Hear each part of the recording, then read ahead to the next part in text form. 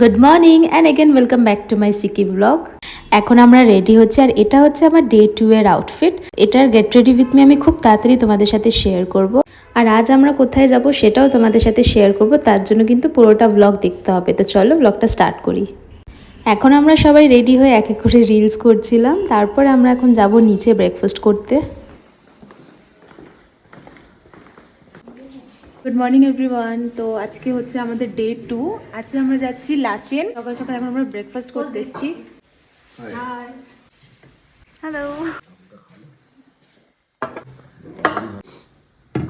हाँ ना गरम गरम है ठंडा हो जाएगा रखा रखा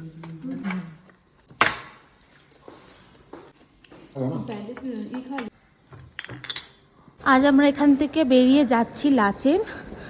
তো চলো।